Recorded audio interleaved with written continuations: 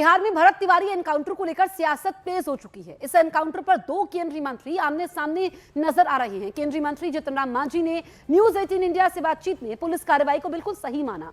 कहा कि भरत तिवारी के प्रति उन्हें कोई सहानुभूति नहीं है। वहीं केंद्रीय मंत्री चिराग पासवान ने परिवार से मुलाकात के बाद कहा कि अगर रक्षक ही भक्षक बन जाए तो उन्हें सख्त सजा मिलनी चाहिए। एनकाउंटर को लेकर फर्जी होने के आरोप भी सामने आए हैं, जिसके बाद मामले ने तूल पकड़ लिया है।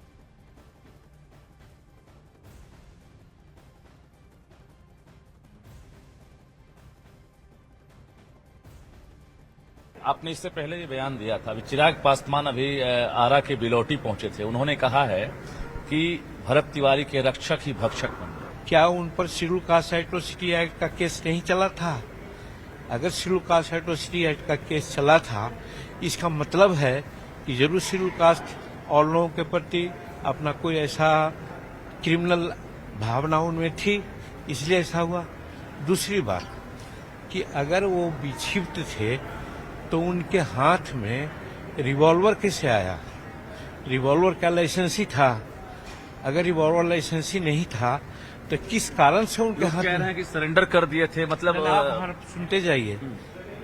अगर रिवॉल्वर लाइसेंस ही नहीं था तो रिवॉल्वर रखने का क्या अधिकार किसी को है? तो वो भी क्राइम था।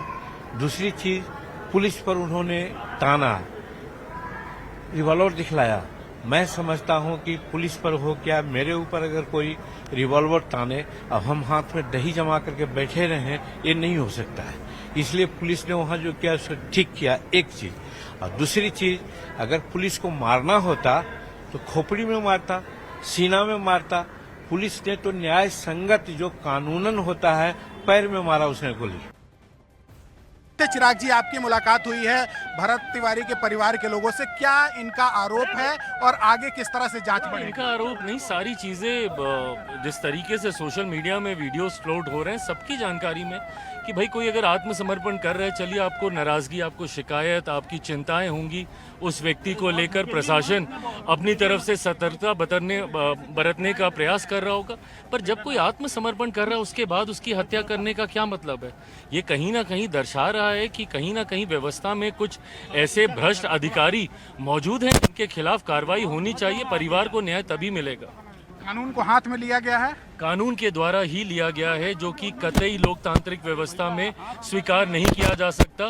बिहारियों को कानून व्यवस्था में विश्वास बना रहे, उसके लिए ऐसे अधिकारियों के ऊपर सख्त से सख्त कार्रवाई होनी जरूरी। उस अधिकारी की पोस्टिंग भी कर दी गई, यहाँ से हटा दिया गया था, हेडक्वार्टर अटैच किया गया, फिर वहाँ से पोस्टिंग नहीं, ये बिल्कुल गलत है। अगर किसी को पुरस्कृत किया जा रहा है जिसका नाम इसमें है, मैं मुख्यमंत्री जी से बातचीत कर इस बात की भी चिंता हम लोग जाहिर करेंगे कि अगर इस तरीके से किसी को अगर पुरस्कृत किया जा रहा है तो ये गलत संदेश देगा और भविष्य के लिए गलत प्रेसिडेंट सेट करेगा। कल केंद्रीय गृह मंत्री से भी मुलाकात हुई थी इस बात। बिल्कुल, इस विषय को जिस मंच तक होगा मैं